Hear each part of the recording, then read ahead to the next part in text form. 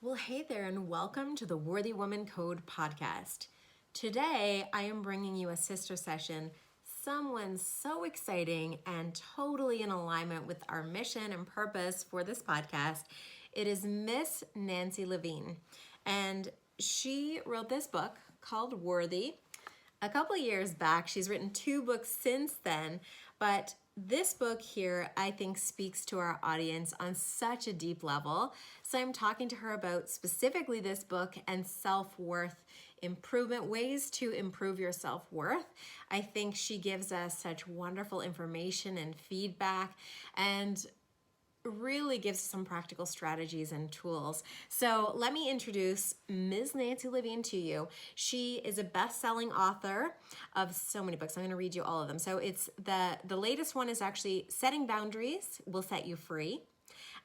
She has Jump and Your Life Will Appear, Worthy, which is this one, Boost Your Self-Worth to Grow Your Net Worth, Writing for My Life, and Permission to Put Yourself First.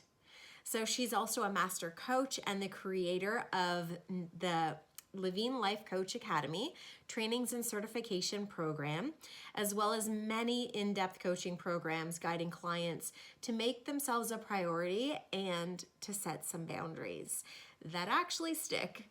So she really prides herself on helping overachieving people pleasers set boundaries that actually stick.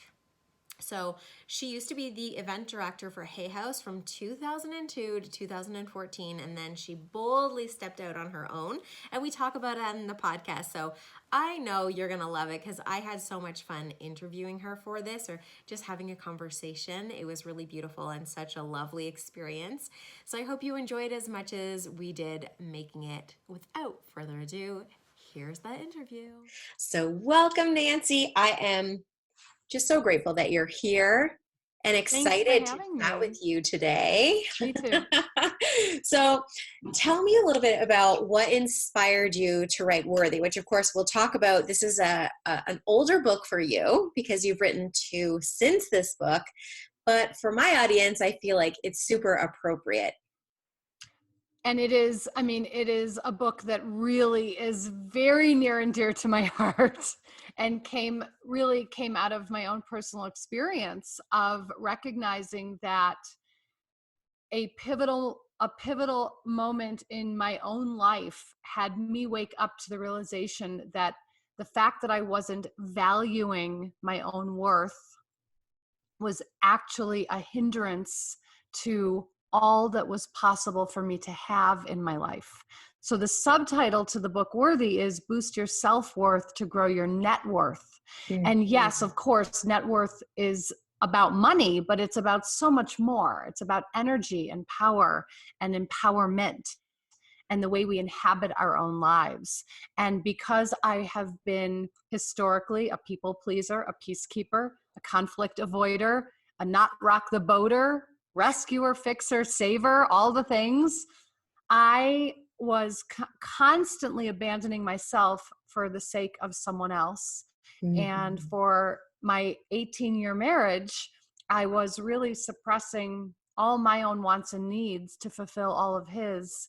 And I was devaluing my own worth in order to pump him up. And there was the moment, and I speak about it very openly in Worthy, the moment of my divorce mediation, where I didn't realize that I could say no. And so I ended up saying yes to a whole laundry list of things that I would be responsible to him for, including absorbing his debt, including giving him a property that I bought and paid for, including giving him material objects that were mine. I essentially signed away the right to all of these things. And that moment was the moment in time in hindsight, because, the beauty of this is it's a catch-22. Yeah. I couldn't have really known my worthiness unless I was able to reflect back on the moment when I was unable to stand in it. And gave it all away. Now, my question to you is this, because for some reason within me, I feel like when we talk about, net worth equaling your self-worth, it makes me so uncomfortable, because I think, like, how can someone who looks at their net worth right now, who there's nothing in there, right? Because there's nothing in there.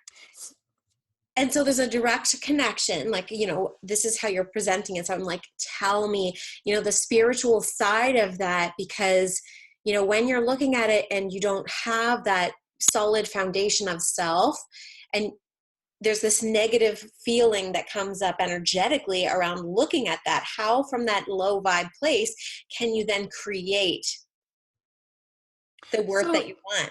Right. So here's where it really is. Here's the origin point, that when we think we aren't enough or not good enough, we also think there isn't enough. And so that's where the correlation begins. And we think there isn't enough money, love, joy, happiness. We think we're not worthy and deserving of good, because we feel that we're not good enough. So that's the place that we need to begin.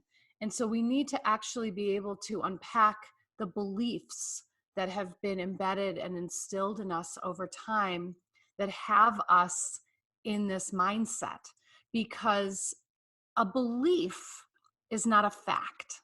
Right. And yet so many of us relate to our beliefs as if they are facts. But really, a belief is simply a long-held idea about the way the world works and our role within it. And how do you help somebody unpack that? Because that's like the hardest part. Yeah. So we have to first be able to identify what is the belief that's at the root of everything that we've been experiencing and magnetizing toward us. Because here's what I'll say about beliefs as well. They are magnetic.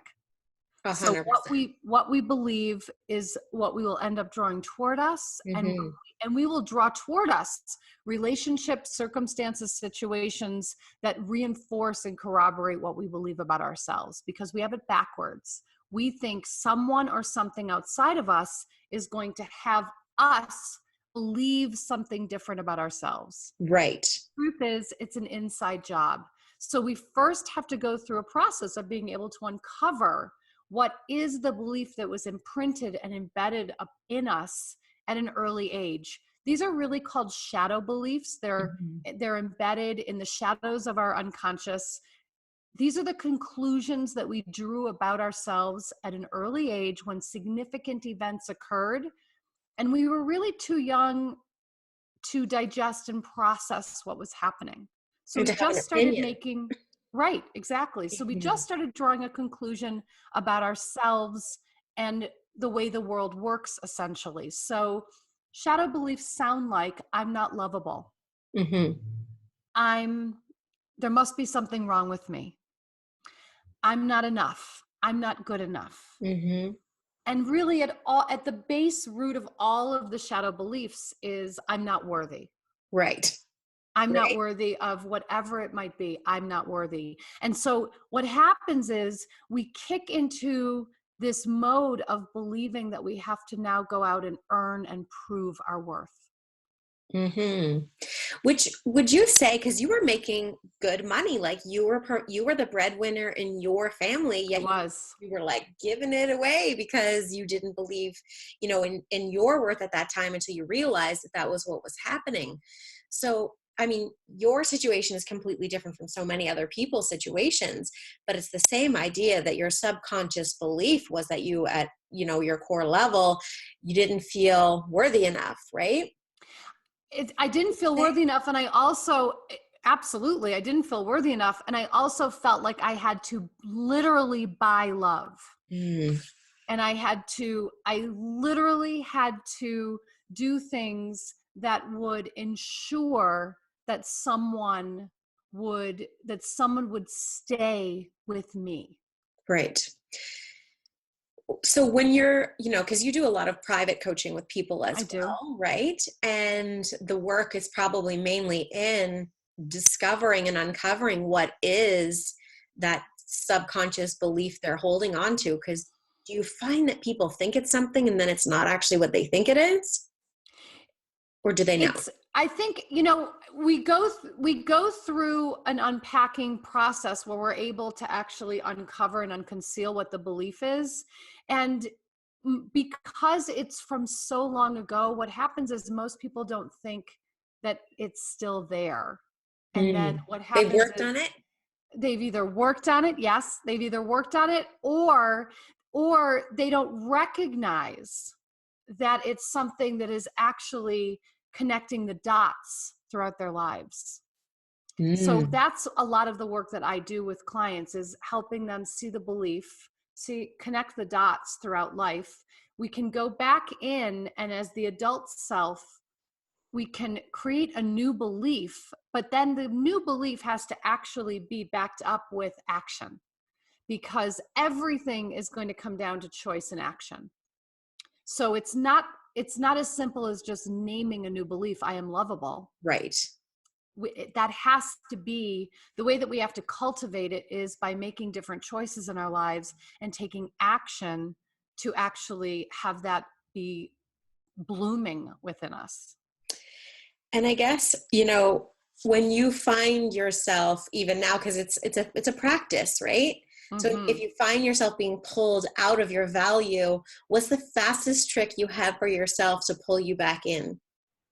The quickest trick, honestly, is to come back to me as opposed to putting my attention outward. So coming into myself of either some version of, what do I need? What do I want? What do I think? Because a lot of the conversation of value and worth is because we're other referenced. We're seeking external validation and approval, and we're essentially packaging ourselves to be digestible to someone else. I love that. Mm-hmm. So, it's the way that we get tuned to be something for someone else. And so we actually lose elements of ourselves along the way. I often will tell my coaching clients who are dating, for example, for the first time, Right. go on your first date as you. Yeah. Go on your first date as you. You decide if you want to see the other person again. Yeah. You decide if that person resonates with you. You decide if you want that person in your life. Most of us go into scenarios like that wanting to be picked and chosen, instead of realizing That's we so can good. pick and Yes. choose. Yes. So we're in, who listen to this right. need to hear that. Great. Excellent. We go in with I'm going to pretzel myself to have the other person choose me. What if we actually go in, and this is not just a dating scenario, I'm just using I'm just I'm getting the buzzing in my ear, because every time that's a good, it's almost like that intuitive, oh yeah, we all need to know this no matter what. Right. So it's, we have to be able to learn how to come back and locate ourselves. So the quickest way to get out of that feeling of the unworthiness is to actually consider our wants, our needs, desires, and what are the choices and self-honoring actions that we can make in the moment to move ourselves forward, instead of thinking that someone else outside of us is going to meet our needs. Totally. So good. The one question I have for you too right now, because of the sort of the ebb and flow of where we are, and the anxiety and the fears around, money, and how some people's lives really haven't changed that much, other than the isolation and being disconnected from people financially, but are finding, with everything being shaken up right now, to me, I call it we all got downloaded with new software. Our iPhones just got a new update, and our human body just got this update, and nobody knows how to use this. Your apps just got all skewed. So how in this time are you, helping people, or you're doing a lot of community work? I can see you have your private Facebook group to bring people together. Maybe just maybe that's what the answer is, but what do you think people need right now to feel worthy in this very uncomfortable situation? So I think that what's happening right now is actually illuminating changes that we've wanted to make in our lives that we haven't been confident or courageous enough to make. Mm-hmm. So, in other words, there's something happening right now where our desires are getting amplified I love that. because we didn't take care of ourselves in the past. And so there's truth that's bubbling up that for most of our lives, we've probably been pushing down. We've not been paying attention to.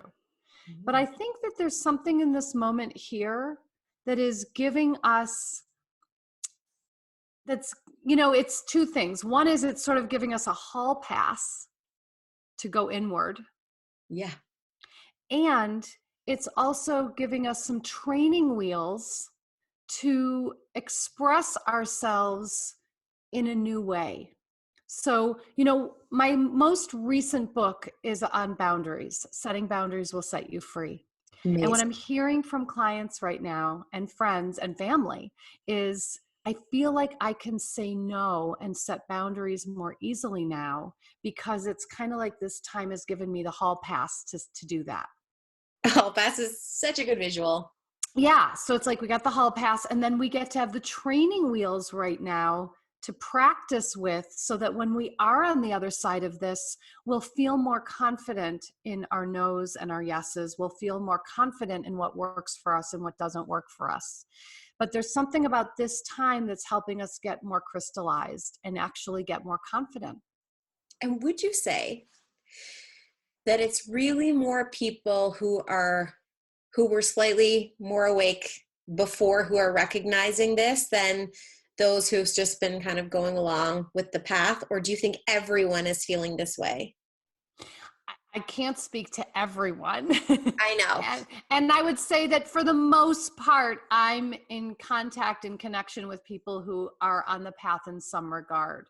Yeah. I think that it's also a confronting time if you haven't really been with yourself. Mm-hmm. For anyone who it's really new to have some downtime or to have things slow down or to have things a bit quieter, it's so natural to reach for our avoidance strategies, reach for the glass of wine or the food or Netflix or work or whatever it might be. But really, I think the invitation here is to stop the reaching and to stop the doing and to be with the being of what this time is affording us, whether we're, no matter what it looks like in terms of the way life feels upside down. Mm-hmm. For me, my daily life, oddly enough, hasn't changed that much. I live by myself. Yeah. I work online. The biggest difference for me is that I'm not getting on an airplane. I'm not used to being home this much. I'm used to being on a plane. I'm used to teaching. I'm used to being, or being with my family or whatever it might be. Whereas my sister, has her whole world, her husband's working from home now. Her daughter's home from college. Her son's home from high school. She's cooking 3 meals a day for 4 people. She's like, I've never worked more in my life. But she's still finding the time to meditate every morning. She's still taking the dog out for their long walks. She's still doing the things that keep her sane. I'm still doing the things that keep me sane, even though we have very different, even though what's happening right now is impacting each of us so differently. Well, and this is where I'm going back to, I think it's the people that do have some type of spiritual practice who it's like they've been in training for this. Like those of us who had a practice, we've been in training for this is our moment. Exactly. Everything we've been doing has prepared us for right now. For right now. Absolutely. And so I feel like the people who haven't done any of that, none of the work, right? They must be freaking out right now. So what would be a great piece of information for someone who is brand new and is feeling all the feels and is wondering whoa, how do I stop my world from spinning just a little bit? Yeah. So I would say 3 things. One is really set a boundary around intake. So whether it's a boundary around news, social media,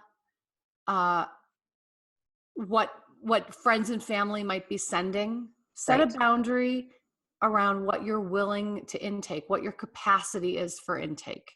That's one. The second one is, I would honestly encourage anyone who is really starting out new here to incorporate, even if it's 5 minutes of being able to sit in silence and breathe. Yeah. Don't even call it formal meditation.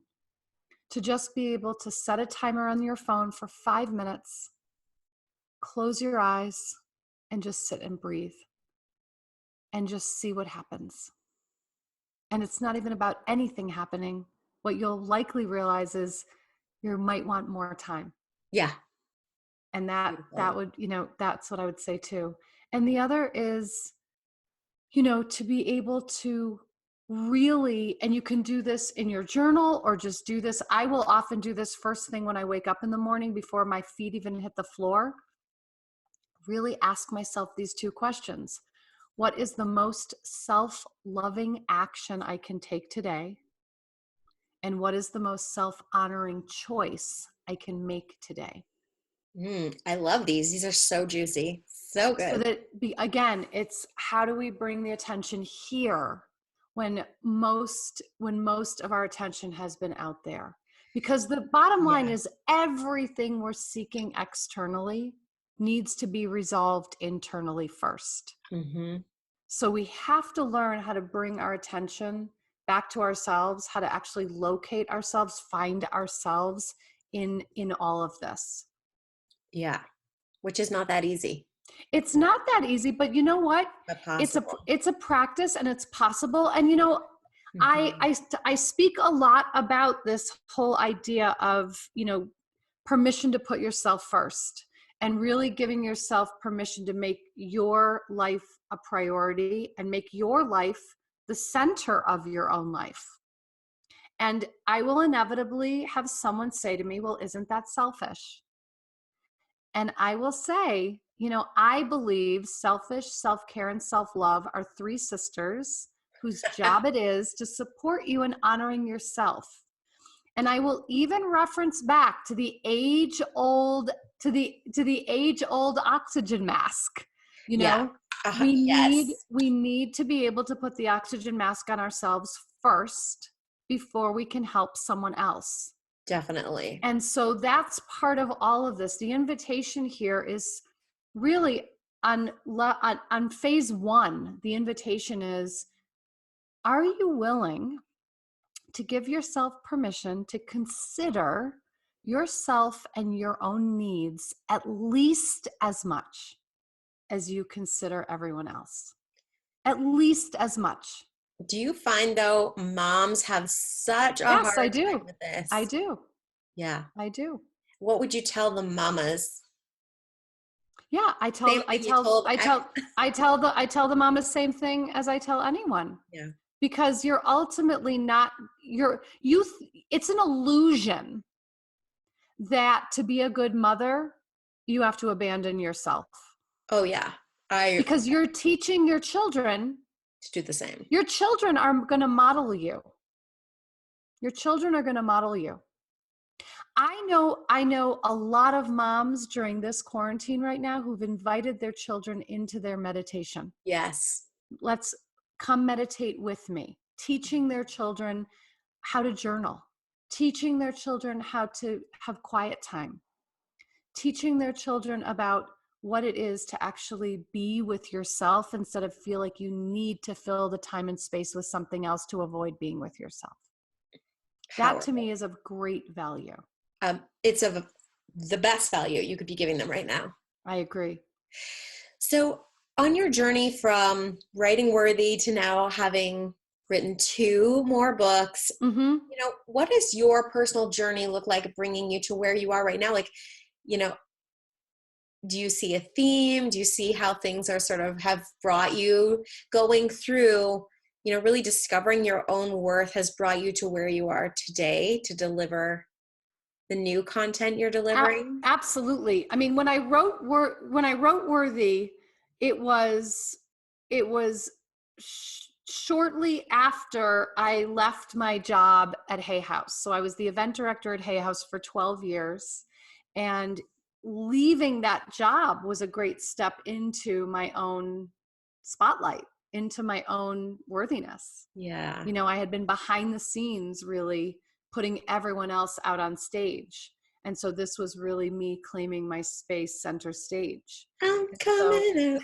totally, you know, so was really documenting that particular journey for me. Yeah. And, you know, going from leaving a high paying, high profile corporate job where, you know, it was Security. really my dream job and I had a lot of security, leaving that to go out on my own to, you know, go out and be a coach, Talk about worth. an author, talk about worth.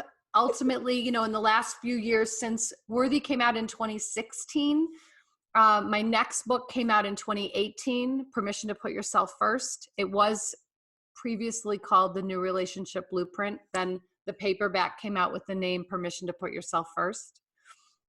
And then just in January, my 5th book came out, which is called Setting Boundaries Will Set You Free. So boundaries has been the theme all the way back to my earlier books even.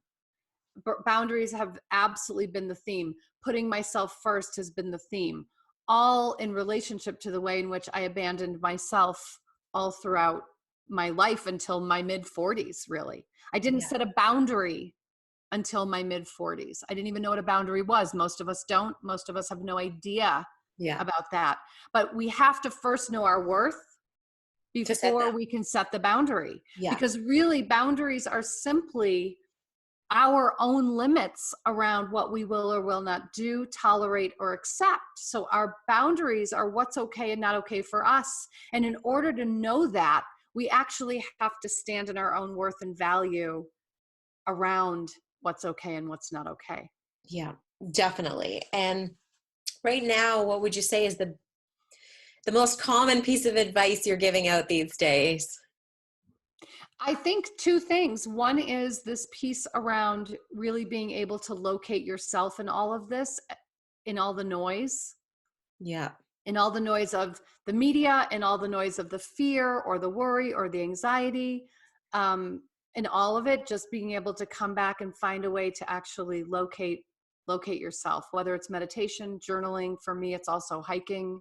You know, another thing I do is I go to sleep with my phone in airplane mode so I don't wake up to notifications, and I don't put my phone back into Wi-Fi until I'm ready to deal with the world. That is a game changer for me as well. So finding for yourself, what are the rituals, what are the practices that actually have you feel good, that calm your nervous system. There are things we can do on our own, and that's what's really important, because most of the people who relate to what we're talking about, another piece of this is codependency.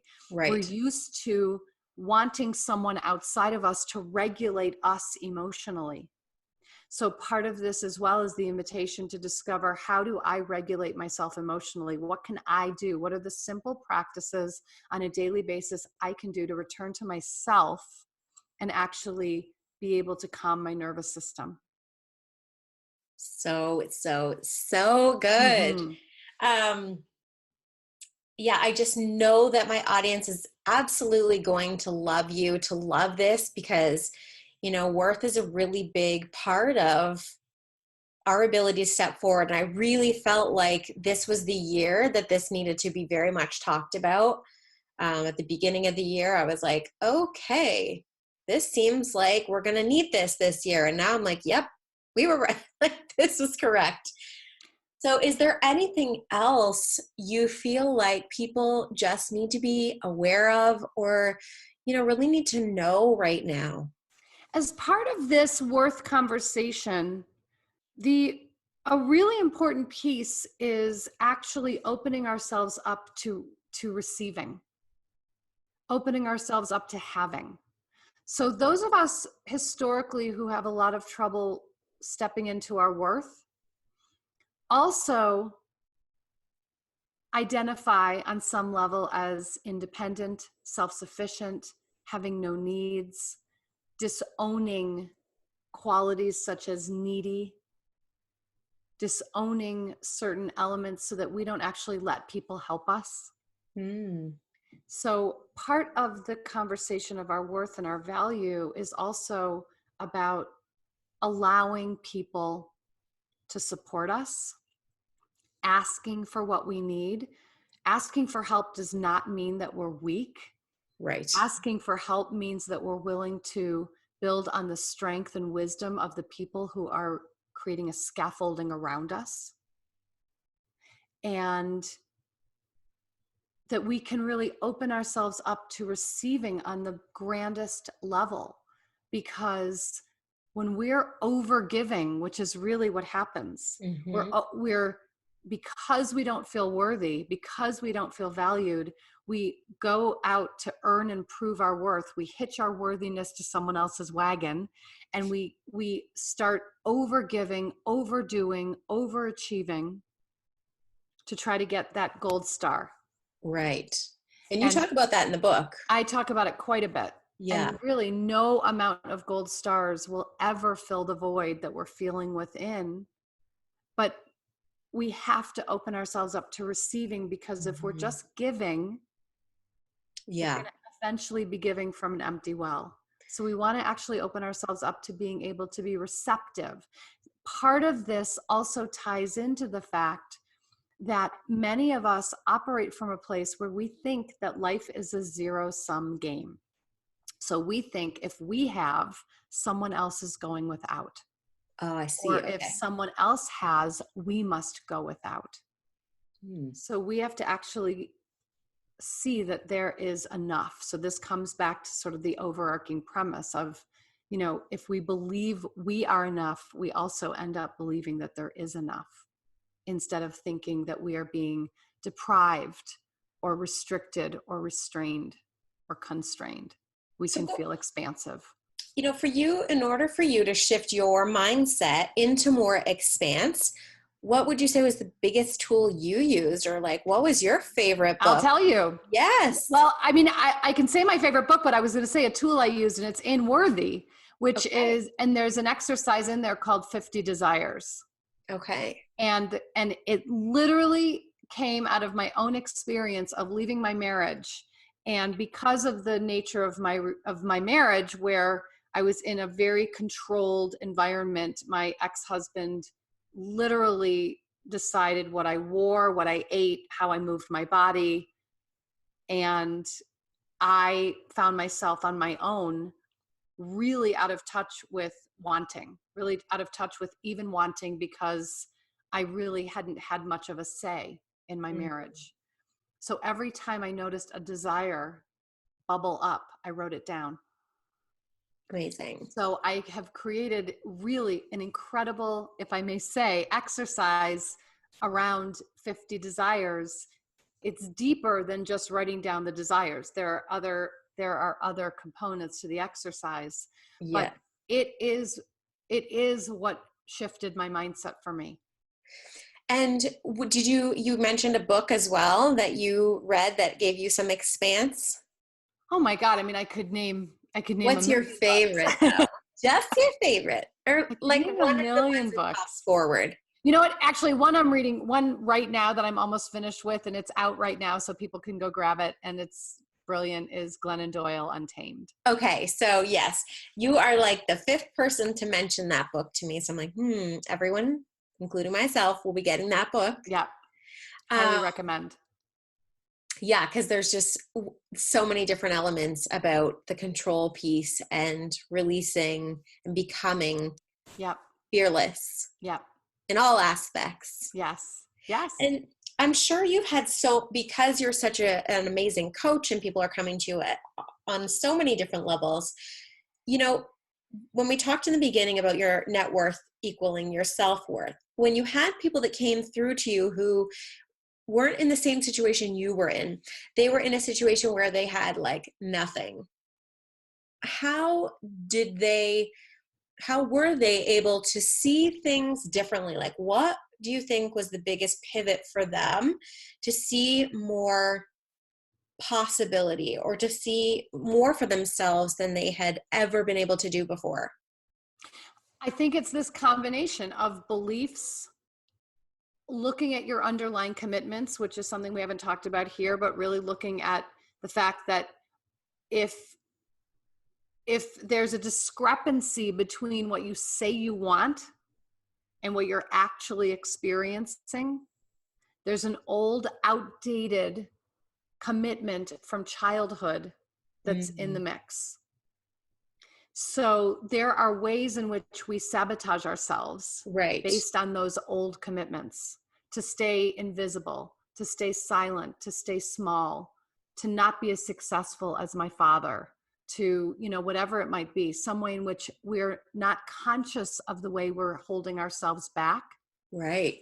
Because it's what kept us safe as a child. So there are seeds of self-sabotage in the very thing that kept us safe in childhood. So the belief, and then this, subconscious underlying. Underlying commitment. Okay. Right? Looking at the excuses we make, looking at the ways in which we are operating from a place of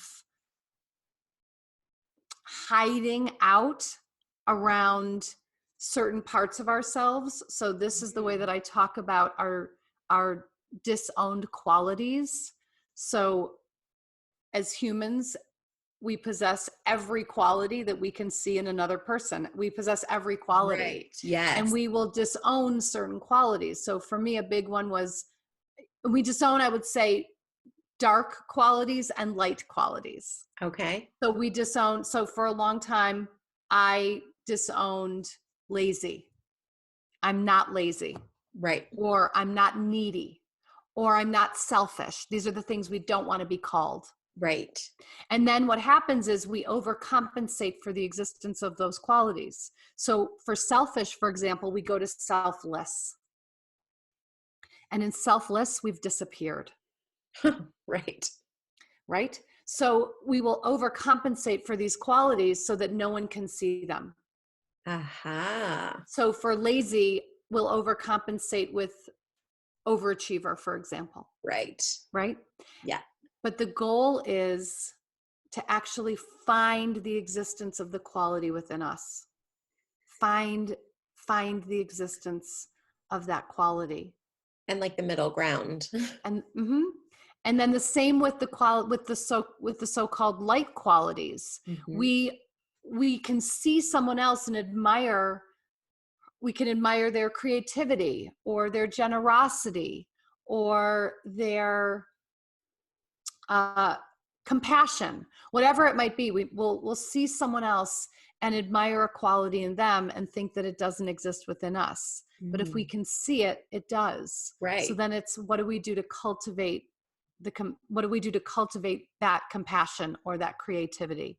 What do we do to cultivate the quality? It's like an invitation. So it is an invitation. So all of these are all sort of the pieces of the way that we reclaim ourselves, that we come back to wholeness, so that we're not giving pieces of ourselves away.